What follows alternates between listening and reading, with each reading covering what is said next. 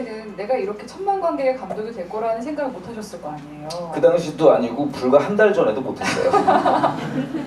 근데 계속 그런 어려움들이 있었는데 어떻게 이렇게 버텨오실 수 있었을까? 첫 번째는 뭐냐면 영화를 만든다라는 것이 그러니까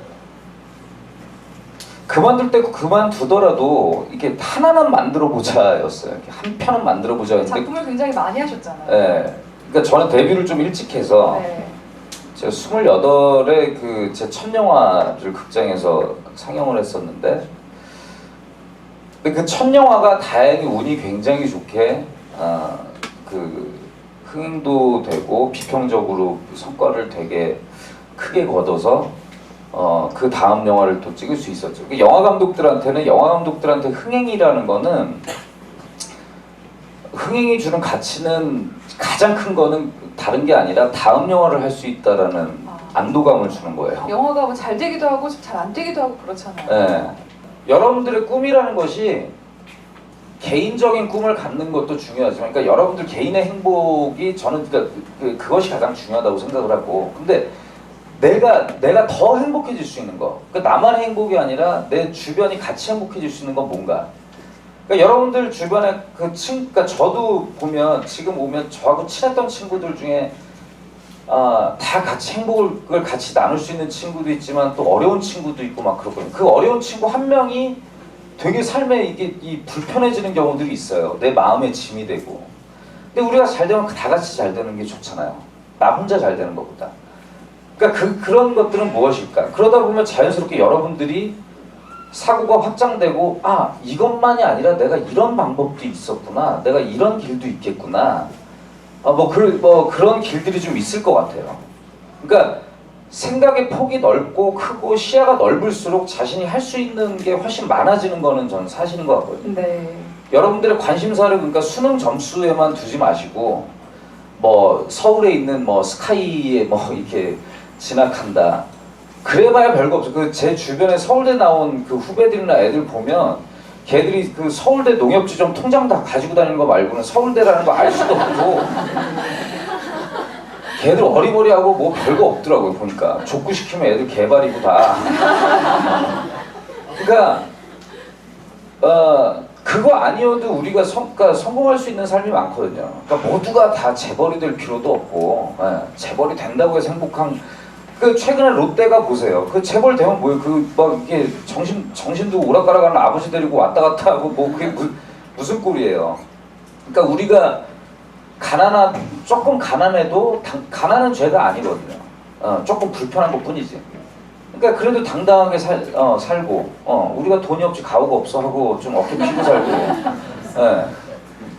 저는 여러분들이 그렇게 사는 게 맞는 것 같아요. 영화 속의 그 대사가 감독님의 어떤 마음에서 나온 대사인가 봐요. 그 대사가 네. 지금 부산국제영화제 공동위원장 하시는 강수연 선배님께서 네. 술자리에서 하신 말씀을 얼핏 들었었어요. 우리 영화인이 돈이 없지 가오가 없어 네, 저 영화 보면서 그 대사는 팍 꽂히더라고요. 네.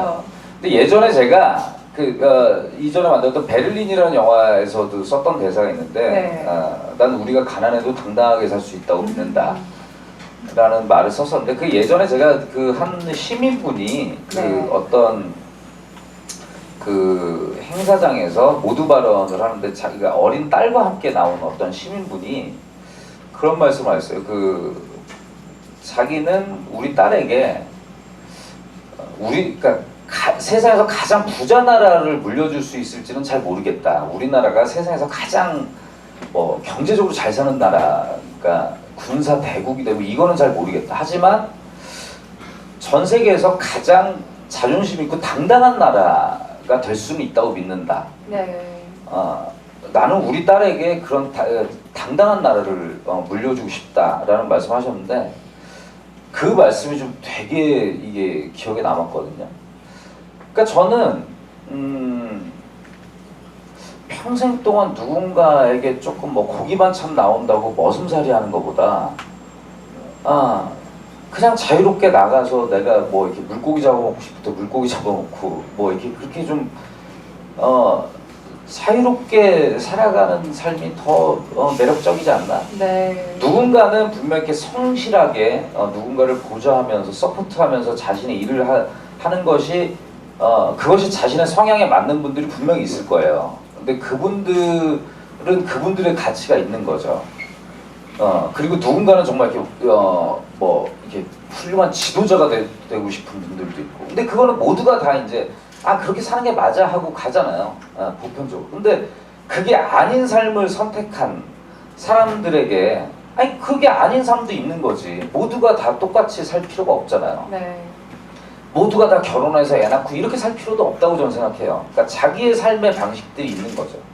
근데 모두가 다 그 다양한 삶의 방식을 격려해주고 그 각자의 삶들을 존중해주고 하는 것이 맞는데, 제가 볼 때는 그게 잘 안 되는 이유 중에 하나가 다른 사람이 뭔가, 그러니까 우리나라 옛날 속담에도 있잖아요. 그 사촌이 땅 사면 배 아프다고. 그 왜 배가 아파야 돼? 사촌이 땅 사면은 이 박수 쳐줘야지. 내가 나중에 사촌이 이 배고프면은 내 마음에 짐이 될 수가 있는데 내 걱정거리를 하나 덜어준 거잖아요. 근데 모두가 다 지금 우리 사회는 이 자신이 살아가는 그 삶의 자존감이랄까? 이런 것들을 자꾸 이렇게 깎아내먹는 구조가 돼서 그런 것 같아요. 그러니까 지금 여기 계신 10대 친구들은 그거를 명심하셨으면 좋겠어요. 그러니까 여러분들이 아침에 눈을 떠야 세상이 있는 거예요. 그러니까 여러분들이 아침에 눈 뜨지 않으면 세상이 없어요. 그렇잖아요. 그러니까 이 세상이 나를 위해서 존재하는 거지 세상을 위해서 내가 존재하는 게 아니에요. 그러니까 내가 중심이에요. 그러니까 여러분들이 행복해지는 게 중요해요. 그러니까 여러분들이 가정을 위해서 희생하고 국가를 위해서 희생하고 무슨 학교를 위해서 희생하고 이럴 필요 없어요. 자기가 행복해야 돼요. 근데 자기가 행복해야 되는데 그 행복이 정말 올바른 행복이냐, 이것이 나만의 행복이냐, 내 옆에 있는 친구와 같이 갈 수 있는 행복이냐는 그거는 생각할 수 있을 만한 우리가 교육을 받아야죠. 그걸 위해서 공부를 하는 거죠. 수능을 위해서, 수능 점수를 위해서 공부를 하는 게 아니라 내가 내 친구들과 내가 행복하게 살아갈 수 있는 삶이 무엇일까를 판단할 수 있는 거. 그러니까 나는 난데. 정말 좋아하고 하고 싶은 일을 하고 당당하게 살았으면 좋겠다. 그 말씀에 일맥상통하는 것 같아요. 네, 오늘 정말 이야기 듣다 보니까 시간이 훌쩍 지났는데요. 마지막 질문 객석에서 하나 받고 마치려고 합니다. 네, 안녕하세요. 저 안양예술고등학교에서 영화 전공하고 있는 곽도영입니다. 제가 영화 보는 걸 정말 중학교 때 좋아해서 가족끼리도 얘기도 많이 하고 일주일에 한 편은 꼭 보는 그런 영화 팬이었어요. 제가 영화 전공을 하고 영화를 조금씩 배우면서 뭐 플롯이라든지 뭐 연출하는 법이라든지 그런 걸 배우면서 이제 영화를 취미로 할 때는 정말 즐겁고 재밌게 즐겼는데, 제가 영화를 공부하다 보니까 마치 1.5m나 뭐 100m짜리 단무지를 하나하나 뭐 신발씩이나 컵바이 컷으로 나눠서 분석하는 경향이 생겨버린 거예요. 그래서 감독님께서도 이제 연출가로 활동하시면서 영화도 계속 많이 보시고 계시는데 그런 좀 직업병이라 해야 되는지 뭐 그런 안 좋은 점을 좀 즐기면서 다시 초심자처럼 즐기면서 계속 연출가로 공부할 수 있는 방법이 좀 듣고 싶습니다. 노하우가 있으시죠? 지금 아마 이런 경험을 해보는 분들이 꽤 있을 텐데 지금 고등학교 몇 학년이죠? 저 고등학교 2학년. 2학년이에요. 우리 딸하고 동갑이구나. 네. 그냥 되게 놀랍네요. 그 나이에 지금 그런 고민의 벽에 부딪힌다는 게, 난 그때 그냥 마냥 즐거웠었거든요. 그러니까 그 고민이 부딪힌 게 훨씬 나중이었어요. 그 고민의 벽에 부딪힌 것이. 그리고 사실 지금도 굉장히 괴로워요. 그러니까 좋은 영화를 볼 때는 좋은 영화를 보는 대로 괴롭고, 후진 영화를 보고 후진 영화를 보는 대로 괴로워요. 그러니까 좋은 영화를 보면 난 저런 걸 평생 죽을 때까지 만들 수 없을 거야 라는 막 나의 재능에 대한 의심과 막 그 재능의 한계에 막 좌절하고, 후진 영화를 보면 내 다음 영화가 저렇게 될지도 몰라 기고에 괴롭고. 근데 영화를 만드는 사람들한테는 자신이 좋은 거, 좋아하는 것을 선택한 것에 대한 예. 내가 좋아하는 일을 하겠다고 선택을 한 것에 대한 일종의 보너스 트랙 같은 것 같아요. 그러니까 그것은 어느 순간 근데 그게 습관이 되면 이게 좋은지 나쁜지 뭐 이걸 떠나서 그냥 그게 습관이 돼요. 그러니까 자기 몸 안에 굳은 살처럼 박힐 거예요 아마. 그러니까 되게 근데 긍정적인 건 지금 그 고민을 하고 있다라는 게 되게 긍정적이에요. 그러니까 그것은 뭐냐면 이렇게 자신을 괴롭히고 자기 자신을 계속 돌아보게 된다는 거거든요. 그러니까 거기에서 조금 더 나아가서 지금 더 중요한 것은 정말 좋은 취향을 기르는 게 되게 중요해요. 좋은 것을 보고 그리고 영화만이 아니라 문학을 좀 가까이 하고 음악과 다른 매체들 그러니까 좀 더 깊은 고민을 그리고 가급적이면 인터넷의 정보에 의존하기보다 제대로 된 이 완결부 그러니까 글을 읽어도 한 편의 글을 읽어도 조금 더 완결된 이 맥락을 갖고 있는 그리고 고민한 그 문장을 가지고 있는 정보에 의지하기보다는 그러니까 누군가의 생각을 잡고 접하고 그리고 그러니까 지금은 자신의 취향을 굳힐 나이가 아니거든요. 네. 오히려 더 많은 것들을 보고 경험하면서 내가 어떤 식으로 가야 할지 그리고 영화만을 볼 것이 아니라 영화 만드는 사람들은 세상을 보는 자기의 눈이 있어야 된다고 저는 생각을 해요. 네.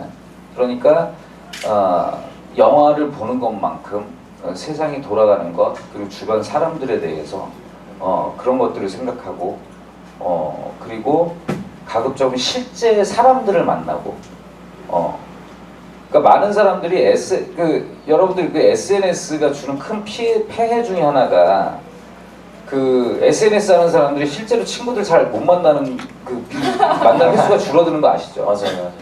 왜냐면 그가 뭐를 하고 있다라는 걸 알고 있다고 생각을 하기 때문에 항상 페이스북이나 트위터로 그러니까 누가 뭘 했다는 걸 알고 있기 때문에 그걸 안 하는 친구들이 만나서 얘기하는 횟수보다 실제로 만나는 횟수가 줄어요. 네, 그 통계가 있거든요. 그러니까 가급적이면 그리고 많은 경험을 해보세요. 진짜 삶에 많은 경험을 하면 영화적으로 가졌던 그 고민을 넘어서는 훨씬 큰 숙제가 다가올 거예요. 그러면 자기가 했던 그 고민이 내가 습관처럼 그냥 돼버린다는 건 뭐냐면 이게 아무것도 아닌 고민이거든요. 영화의 본질은 쇼트나 기술적인 그런 게 아니에요. 거기서 벗어난 더 큰 것이 있어요. 더 크게 자기의 삶 안에 있거든요. 그러니까 자기의 삶을 살아야 돼요. 영화 안에 그러니까 좋은 영화는 보면 누군가의 삶이에요. 그러니까 많은 사람들이 얘기하는 역사에 기록된 좋은 영화들은 누군가의 삶의 기록이거든요. 그러니까 되도록이면 많은 경험을 해보세요. 범죄를 저지르는 거 말고는 다양한 많은 경험을 해보세요. 네, 오늘 감사합니다. 정말 마음을 담은 이야기를 우리 궁금증도 해소해 주시고 또 새로운 생각들을 던져주신 것 같습니다. 유승환 감독님께 다시 한번 큰 박수 부탁드립니다. 네, 감사합니다.